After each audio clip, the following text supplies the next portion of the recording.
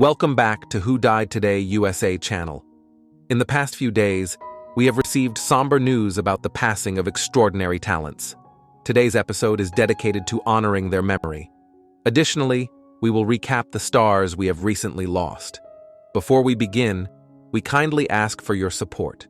If this video or the legacies of these remarkable individuals have touched your life, please consider giving this video a thumbs up as a sign of respect and remembrance.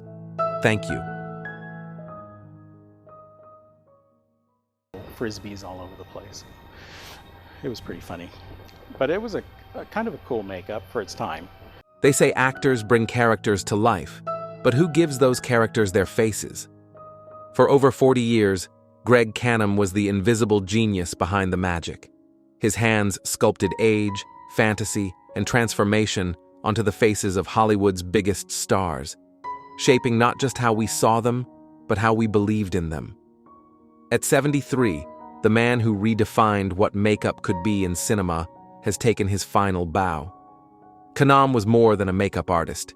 He was a storyteller in silicone and color, a craftsman whose work helped audiences journey through time, space, and imagination. Whether turning Robin Williams into the unforgettable Mrs. Doubtfire, aging Brad Pitt backward in The Curious Case of Benjamin Button, or transforming Christian Bale into Dick Cheney for Vice, Cannom's artistry disappeared seamlessly into the story. The result? 4 Academy Awards, 6 additional nominations, and the quiet admiration of an entire industry.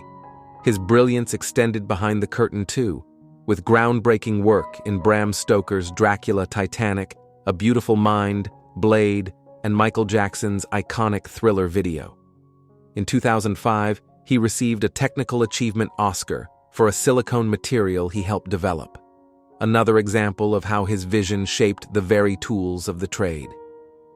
In his final years, Canam faced serious health challenges, including complications from diabetes and heart failure, which led to an amputation. Despite physical hardship, his passion for film and his generosity toward peers never faded. A 2023 GoFundMe campaign spoke volumes, not just about his needs, but about how deeply the industry cared for him in return. In 2019, the Makeup Artists and Hairstylists Guild honored him with a Lifetime Achievement Award.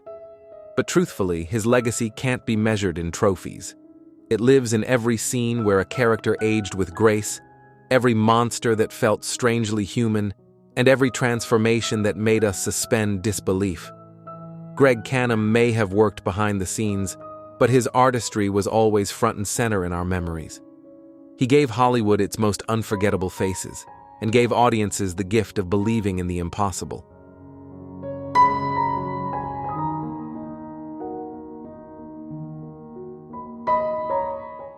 On Websnet, by way of Websnet. Anyway, Websnet and I are getting together here so that I can talk to you. Denise Alexander, the beloved actress best known as Dr. Lesley Webber on General Hospital, passed away on March 5, 2025, at the age of 85 from natural causes, surrounded by family in Boulder, Colorado. Her presence graced American television for nearly 7 decades, where her elegance, resilience, and emotional authenticity touched the hearts of millions.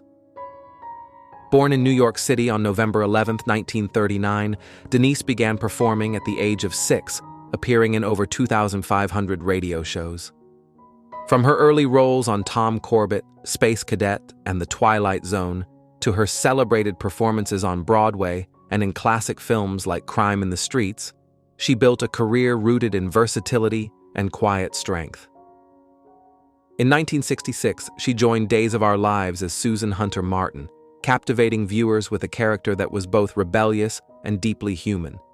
But it was her portrayal of Dr. Lesley Webber on General Hospital beginning in 1973 that solidified her as a cornerstone of daytime television. As one of the first female doctors on a soap opera, Denise broke ground while bringing compassion, wisdom, and depth to the screen. Even when her character was written off, the fan outcry was so strong that Lesley returned years later, proving just how deeply audiences connected with her. Denise remained active on General Hospital until 2021, Her final scenes, a quiet tribute to a character she had grown with for nearly 5 decades. Off-screen, she was known for her warmth, her wit, and her tireless dedication to craft. Her legacy lives on in every scene she touched and every viewer she moved. Denise Alexander wasn't just part of television history, she helped write it.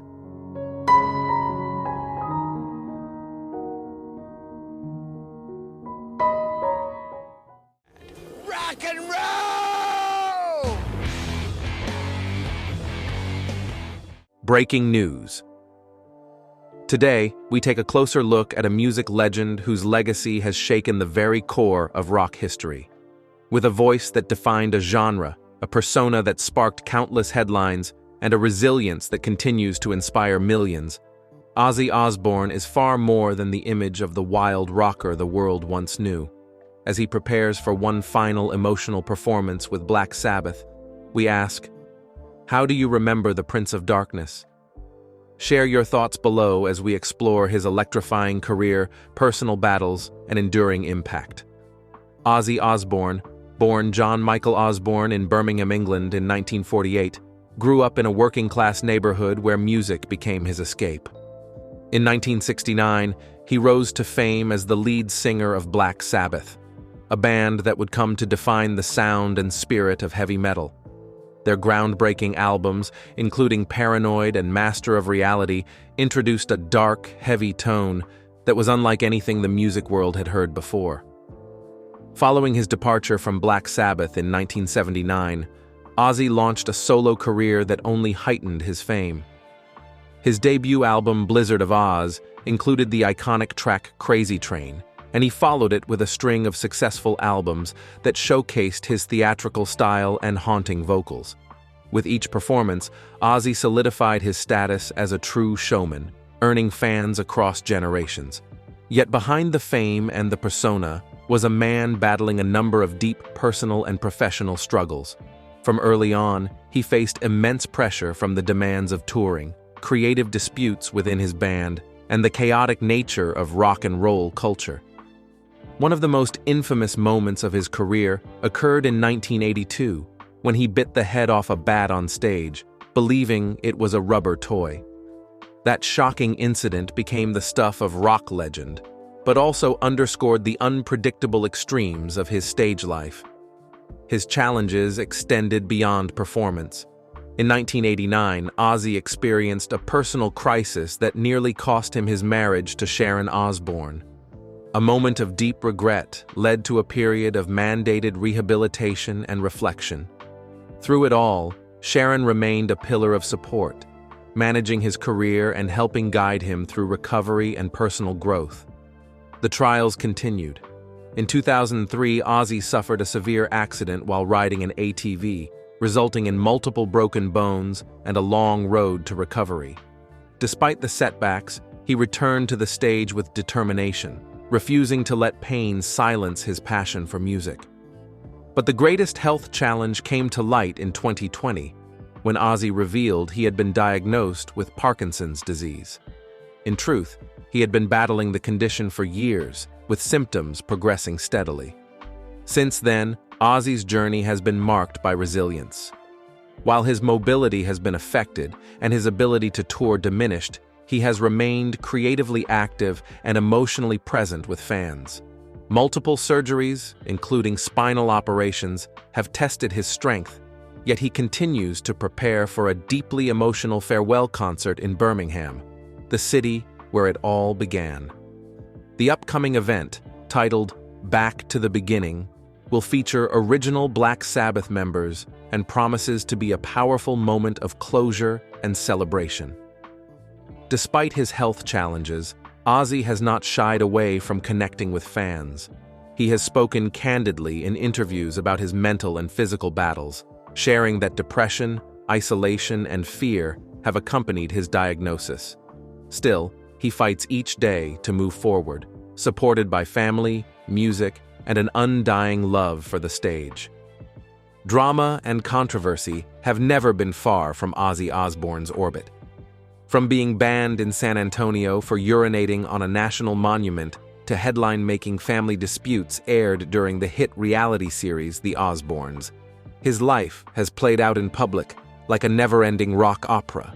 There were also times when he faced scrutiny over his lyrics, with accusations that one of his songs encouraged harmful behavior. Yet, through it all, he remained unapologetically himself, a man who embraced both darkness and vulnerability with equal honesty. In recent years, Ozzy has taken a quieter path. He has stepped away from the stage to focus on health and family, yet his influence continues to ripple through the music world. Younger generations of artists still cite him as a major inspiration, and fans old and new continue to celebrate his catalog of music that spans more than 5 decades. A forthcoming documentary series, Ozzy Osbourne, No Escape from Now, will explore his career and personal journey in depth, offering a rare glimpse into the heart of a man who helped shape a genre. From the haunted corridors of heavy metal to the quiet strength of survival, the series promises to be a fitting tribute to a singular life. Ozzy Osbourne is not just a rock star, he is a symbol of perseverance, passion, and transformation. His story reminds us that even the loudest voices sometimes carry the deepest pain, and that healing, though hard-won, is possible with love, support, and sheer will. As he prepares for his final bow, fans around the world are not only remembering his music, but honoring the human being behind the legend. What are your memories of Ozzy Osbourne? Which song changed your life, or what concert moment do you treasure most? Let us know in the comments. And if this tribute moved you, please like this video and subscribe to our channel for more stories celebrating the icons who shaped our world. Thank you for joining us in honoring the one and only Ozzy Osbourne, a voice that will echo long after the lights go down.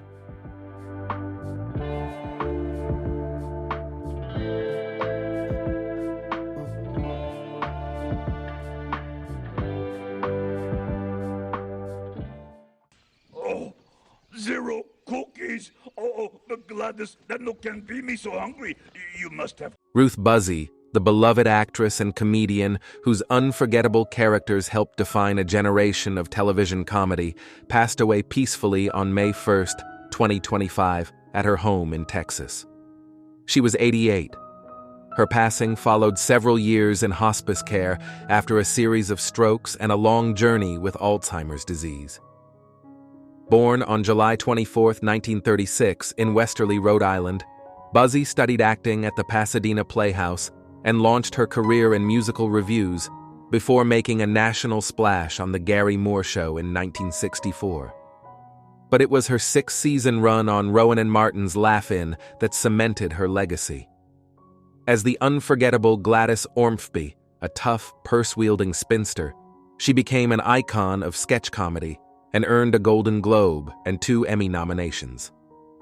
Beyond Gladys, Buzzy brought a range of characters to life, from quirky flight attendants to drunken lounge singers. She was a staple of variety shows, worked alongside comedy legends like Dean Martin and Bob Newhart, and even lent her voice to countless animated series such as The Smurfs, The Berenstain Bears, and Pound Puppies. In later years, she touched a new generation as Ruthie, the shopkeeper on Sesame Street, a role that earned her another Emmy nod. Despite the challenges she faced in her final years, her spirit remained vibrant, often sharing witty one-liners with fans on social media. Ruth Buzzy's career was defined not just by laughter, but by warmth, humility, and a deep understanding of the underdog. Her characters stood up for the forgotten, and in doing so, made millions feel seen. Her light will continue to shine through every smile she inspired.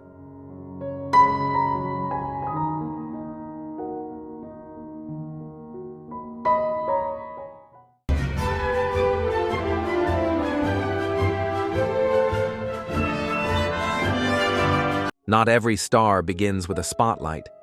Some, like John Marsh, rise quietly, from kitchens and corridors, from war-torn childhoods and whispered class lines, and leave behind a legacy that echoes louder than most. Born in London in 1934, Marsh survived the Blitz and childhood trauma with a grace that later became the hallmark of her work. She once lost the ability to walk, not from injury, but from emotional shock. Dance was her therapy, and performance became her strength. What followed was a life spent giving voice to the unheard. In Upstairs, Downstairs, the series she co-created in 1971, Marsh gave us Rose Buck, a soft-spoken parlor maid with dignity and steel. It was not just a role, it was a reclamation. Rose, like Jean, came from the downstairs, and through her, Marsh helped the world see the humanity in those who had so often been left out of history. Her performance earned an Emmy, but more than that, it earned enduring love from audiences on both sides of the Atlantic.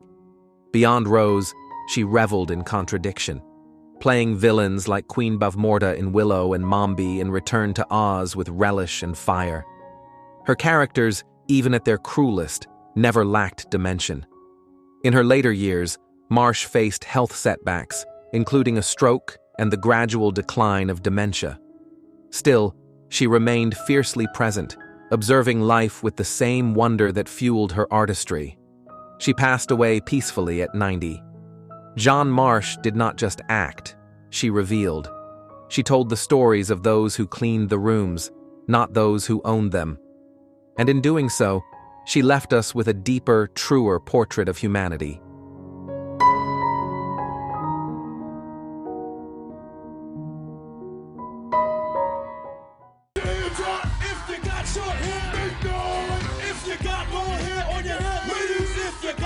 Fat Man Scoop, born Isaac Freeman III on August 6, 1968, was more than a DJ or hype man. He was pure electricity in human form.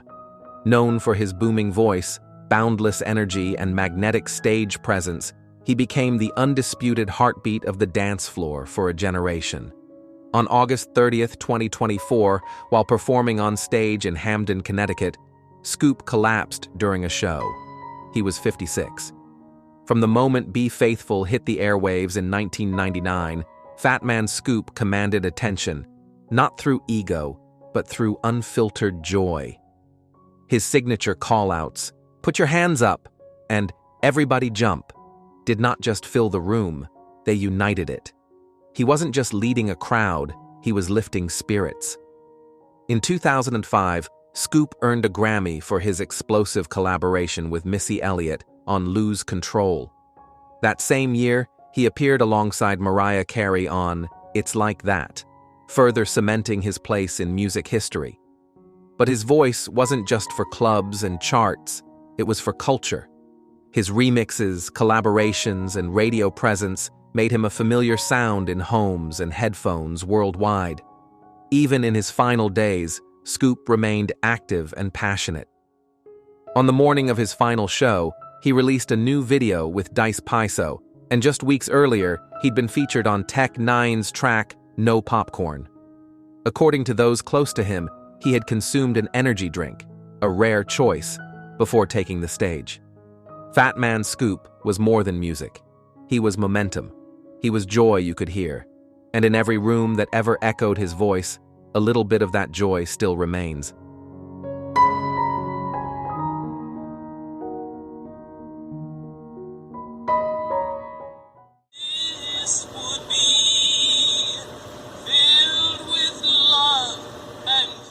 Anita Bryant, the Oklahoma-born singer and former beauty queen whose voice once filled American homes with charm and patriotic warmth, passed away peacefully on December 16, 2023, at the age of 84. Surrounded by loved ones in her Edmond, Oklahoma home, she left behind a legacy that spanned music, television, and deeply held personal beliefs.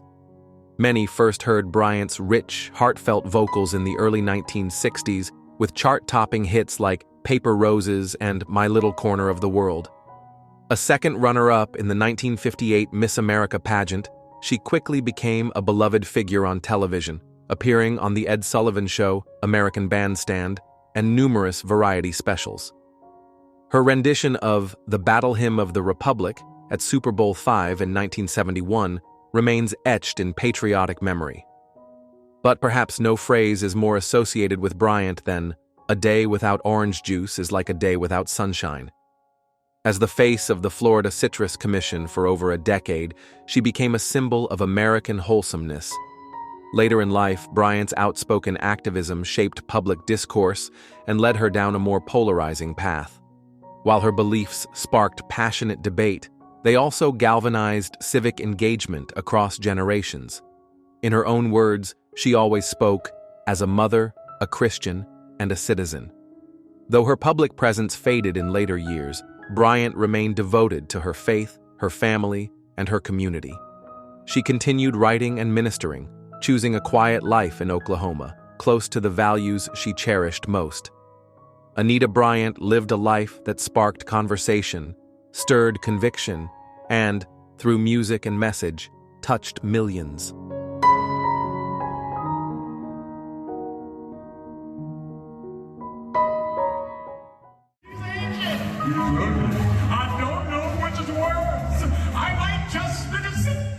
Our next tribute honors a beloved figure whose voice, presence, and kindness left a mark across generations. Ken Page, the legendary performer best known as the voice of Oogie Boogie and Broadway's iconic Old Deuteronomy in Cats. And before we begin, we want to hear from you. From 0 to 100, how much joy did Ken Page bring to your life? Let us know in the comments. Your memories matter. Ken Page passed away peacefully at his home in St. Louis on September 30th, 2024, at the age of 70. According to his longtime agent, no cause of passing was shared, but Page had been preparing for upcoming appearances, still devoted to his fans until the very end. Born in 1954, Page launched his career at the legendary Muni in St. Louis, where he performed in more than 45 productions. His Broadway debut came in The Wiz, but it was Guys and Dolls that truly showcased his larger-than-life stage presence with "Sit Down, You're Rockin' the Boat." He captivated audiences again in Ain't Misbehavin' and became a pillar of Broadway history with his unforgettable portrayal of Old Deuteronomy in Cats, a role he reprised in the 1998 filmed version, preserving his warmth and gravity forever on screen. But for millions of fans, it was his gleeful villainy as Oogie Boogie in Tim Burton's The Nightmare Before Christmas that brought his voice into our homes every Halloween. Even now, his baritone echoes through theme parks during the holidays, a reminder of his unmatched charisma. Ken Page was more than a performer. He was a celebration of joy, soul, and song. How did his story or his voice touch your life? Share your thoughts below, and let's remember a man who made the world a little brighter, one note at a time.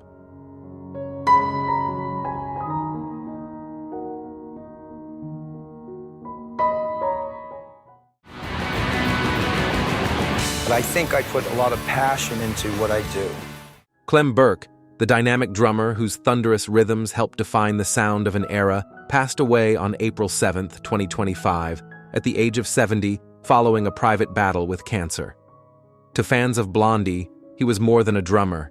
He was the heartbeat of a band that reshaped popular music. Born in New Jersey in 1954, Clem's early love for rhythm transformed into a career that placed him on some of the world's most iconic stages. As a founding member of Blondie, his explosive drumming powered chart-topping classics like Heart of Glass, Call Me, and Atomic. His ability to blend punk, disco, reggae, and rock set him apart, not just as a drummer, but as a true musical architect. His live performances were electric, and his studio work was nothing short of pioneering. But Clem's contributions extended far beyond music. Through the Clem Burke Drumming Project, he became a key figure in exploring the physical and mental health benefits of drumming. The research showed what many fans already believed, that behind the drums was the heart of an athlete, the soul of a scientist, and the spirit of an artist. He collaborated with legends like Iggy Pop, Bob Dylan, the Eurythmics, and even the Ramones, leaving a lasting mark on generations of musicians. Yet through it all, he remained grounded, grateful, and full of grace. Clem Burke leaves behind not only unforgettable music, but a legacy of innovation, dedication, and passion. His rhythm lives on, in our memories, in the songs we love, and in every drumbeat that dares to push boundaries.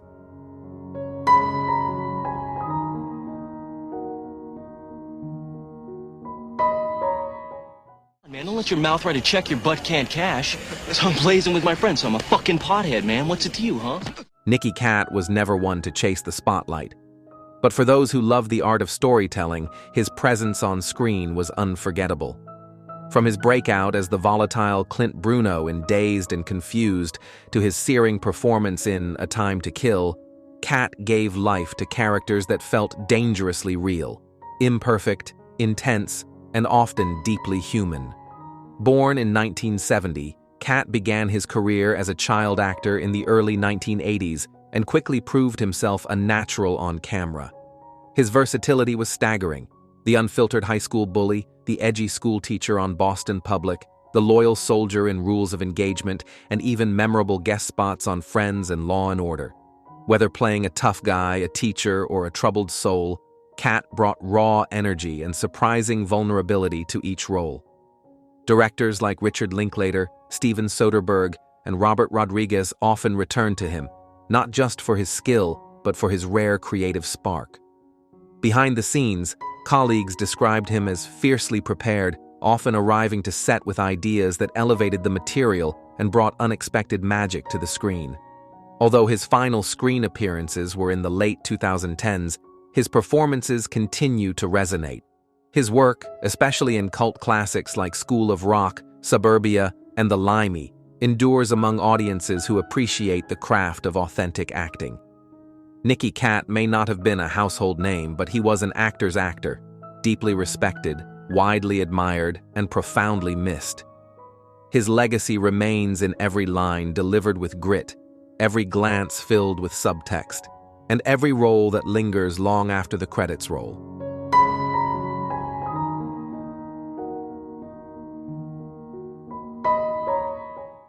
Allen, who's the sweetest girl, you know, but she played Chris, the tough girl, and If you ever found yourself drawn to a character who spoke volumes with quiet strength, chances are you've seen the remarkable work of Priscilla Pointer. Born in New York City on May 18, 1924, Pointer's life in the arts spanned nearly a century.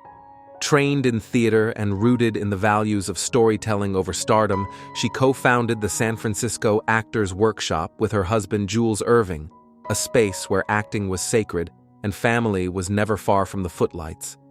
Their children often watched from the front row while she commanded the stage. Pointer found her place in the hearts of television and film audiences alike, most famously as Rebecca Wentworth on Dallas and as the mother in Carrie, where she shared the screen with her real-life daughter, Amy Irving. Over the years, she portrayed mothers with grace, depth, and quiet authority, whether alongside Diane Keaton in Looking for Mr. Goodbar, Sean Penn in The Falcon and the Snowman, or Kyle MacLachlan in Blue Velvet. Her collaborations with her children were more than casting choices. They were bonds of love expressed through art. From Honeysuckle Rose to Mickey and Maude, Pointer's performances never chased fame, but always delivered truth. On April 28, 2025, Priscilla Pointer passed peacefully at the age of 100 in Ridgefield, Connecticut. According to her family, she left this world gently, embraced by love and memory. To those who knew her, she was a mother, a mentor, a quiet force of wisdom. And to audiences, she was unforgettable. Her legacy endures, not just in the roles she played, but in the spirit she brought to each one.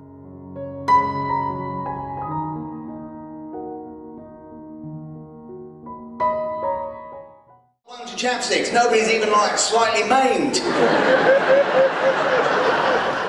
Jim Short, the Australian-born American comedian known for his razor-sharp wit and signature voice, passed away on January 5, 2025, at the age of 58 due to a stomach illness. Born in Australia in the mid-1960s, Jim moved to Texas in 1979 and later settled in San Francisco, where he became a beloved fixture of the stand-up comedy scene. His humor often blended dry observations with sharp takes on history, pop culture, and global affairs, all delivered in a voice that was unmistakably his. Audiences were drawn not only to his intelligence, but also to his gentle, thoughtful presence off-stage. Throughout his career, Jim performed on some of the biggest stages in comedy. He made memorable appearances on late-night television, including Late Show with David Letterman, Late Night with Conan O'Brien, and The Late Late Show with Craig Ferguson. In 2004, he won the prestigious San Francisco International Stand-Up Comedy Competition and earned national attention at the Just for Laughs Festival in Montreal. Beyond stand-up, Jim co-hosted the podcast Monsters of Talk alongside Margaret Cho, where their thoughtful and humorous conversations on music, culture, and creativity built a loyal audience. Jim was known not just for making people laugh, but for making them think, and for being a kind and generous soul behind the curtain. Comedy clubs across the country remembered him not only as a gifted performer, but as a friend and a gentle force of light in the community. His voice may have fallen silent, but the laughter he brought to so many continues to echo, a lasting reminder of a life spent lifting spirits and lighting up rooms.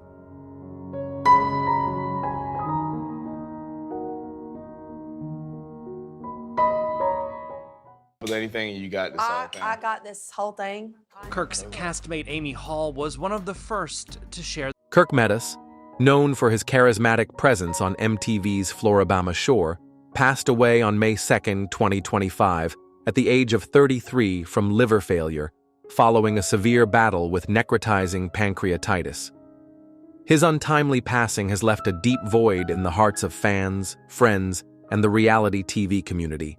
Born in 1991, Metis rose to national attention in 2017 as part of the original cast of Floribama Shore, quickly becoming a fan favorite. For 4 seasons, he brought humor, heart, and unfiltered honesty to the show, endearing himself to audiences with his loyalty and charm. Beyond reality TV, he also appeared in Everybody Hates Kyle and participated in crossover specials like Fear Factor, where he competed alongside Jersey Shore cast members.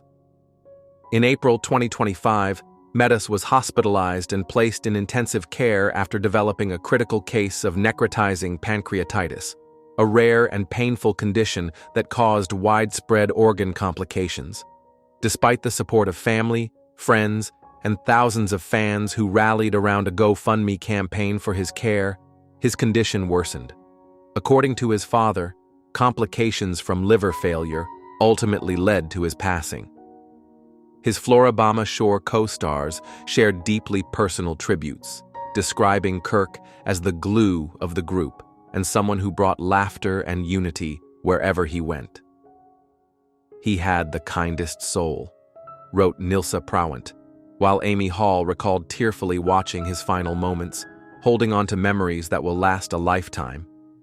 Though his life was cut short, Kirk Metis left behind a legacy of love, laughter, and authenticity. For those who watched him grow from a vibrant young man into a beloved TV figure, his spirit lives on in every smile and every memory he helped create.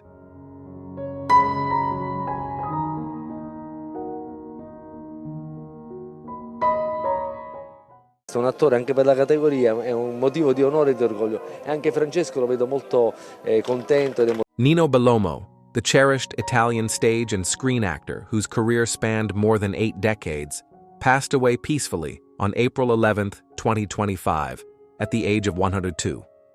According to his family, the cause was natural decline due to age. His long and dignified life was a living testament to the soul of Sicilian theater and the endurance of passion in the arts. Born in Agrigento, Sicily in 1922, Balomo began acting at the Teatro Pirandello in 1941. His profound connection to the works of Luigi Pirandello made him a central figure in Italian classical theater, particularly in his portrayals of conflicted, introspective characters. He brought emotional richness and depth to every role, whether on stage, in television dramas, or on the silver screen. Though he remained devoted to live performance, Balomo was also featured in Italian films such as La Mano sugli occhi and Blues Metropolitano, and made appearances on popular television programs, including Don Matteo. He collaborated often with his son, director David Irving, further anchoring his legacy within the creative arts. Even into his 90s, Balomo was actively involved in cultural events and festivals, inspiring younger generations. On his 100th birthday, he was honored with Italy's Sipario d'Oro Award, celebrating not only his longevity, but also his unwavering dedication to the craft of storytelling. Nino Balomo's life was marked not by glamour, but by humility, persistence, and love for the stage. He leaves behind a legacy of authenticity, resilience, and artistry, a reminder that true greatness often lives in the quiet persistence of those who devote their lives to illuminating the human condition. How has Nino's story inspired you? Let us know your thoughts and memories in the comments.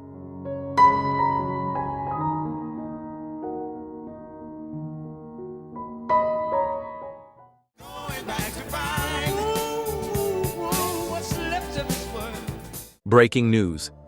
She has been called the Empress of Soul, but that title barely scratches the surface of the extraordinary life and career of Gladys Knight. For more than 6 decades, her voice has been a balm for heartbreak, a call to celebration, and a symbol of strength. As she approaches her 81st birthday, fans wonder, what keeps her shining so brightly, still performing, still inspiring? Join us as we explore the triumphs, trials, and soulful resilience of a true American icon. And before we begin, we would love to hear from you. On a scale of 0 to 10, how much has Gladys Knight's music touched your life? Born on May 28, 1944, in Atlanta, Georgia, Gladys Knight first rose to fame as the powerhouse voice behind the family group Gladys Knight and the Pips. With hits like I Heard It Through the Grapevine, If I Were Your Woman, and the iconic Midnight Train to Georgia, Knight captured the essence of soul music and became a mainstay of American culture. Over the years, she evolved beyond group success into a solo force, expanding her influence through genre-spanning collaborations and Grammy-winning performances. But the road to greatness has never been without obstacles. Gladys Knight has faced professional hurdles, personal heartbreaks, and public misunderstandings. At the peak of her fame, she contended with a male-dominated music industry that often doubted a woman's leadership and vision. Yet Knight persevered, not only as a performer but also as a businesswoman, producer, and humanitarian. She endured the breakup of her group, rebuilt her career solo, and managed to remain relevant in an ever-changing musical landscape. Her life off stage has been equally complex. Knight has been married 4 times and raised 3 children, balancing family life with a rigorous touring schedule. She has spoken candidly about the pressures of maintaining a public image, surviving difficult relationships, and navigating financial and legal challenges. In 2016, her name was dragged into controversy when her son, who ran a restaurant chain using her name, was charged with mismanaging funds. Knight quickly distanced herself from the scandal, stating she had no involvement in the business. Her grace and clarity through the ordeal preserved her integrity in the public eye. Even her patriotic performance at the 2019 Super Bowl stirred controversy. In a climate charged by debate over civil rights protests in sports, Knight was criticized for agreeing to sing the national anthem. But she stood her ground, saying the anthem represented her hope for unity and progress. Her courage to perform under scrutiny only strengthened her reputation as a woman of dignity and conviction. Health-wise, Knight has shown the same resilience that defines her career. In 2018, rumors swirled that she was battling a serious illness. The speculation intensified following a public appearance at Aretha Franklin's funeral. Knight later addressed the reports, clarifying that she was in good health and actively touring. Most recently, in March 2025, at the age of 80, she experienced a sudden illness that forced her to cancel a performance in Florida. Her representatives confirmed it was a temporary issue, and Knight herself soon reassured fans she was recovering well. Despite her age, Knight continues to command the stage with elegance. She joined fellow legends Chaka Khan, Patti LaBelle, and Stephanie Mills in the 2025 Queen's Tour, proving once again that her voice and presence remain magnetic. Her performances are not just concerts, they are masterclasses in showmanship, storytelling, and emotional authenticity.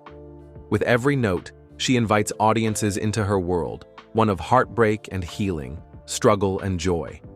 Her accolades speak for themselves. 7 Grammy Awards. Induction into the Rock and Roll Hall of Fame. The Kennedy Center Honors in 2022. A National Medal of Arts from President Joe Biden in 2023. Yet through it all, Knight has remained grounded, often attributing her success to faith, family, and the enduring connection with her fans. Gladys Knight's story is one of perseverance, grace, and soulful triumph. She has defied the odds, refused to be silenced, and continues to perform not out of obligation, but out of love. Her voice, warm, wise, and deeply human, continues to resonate across generations. What does Gladys Knight mean to you? Which song brings back your favorite memory? Let us know in the comments below. If this tribute inspired you, please like this video and subscribe to our channel for more stories that honor the legends who shaped our cultural soul. Thank you for celebrating the journey of the Empress of Soul with us.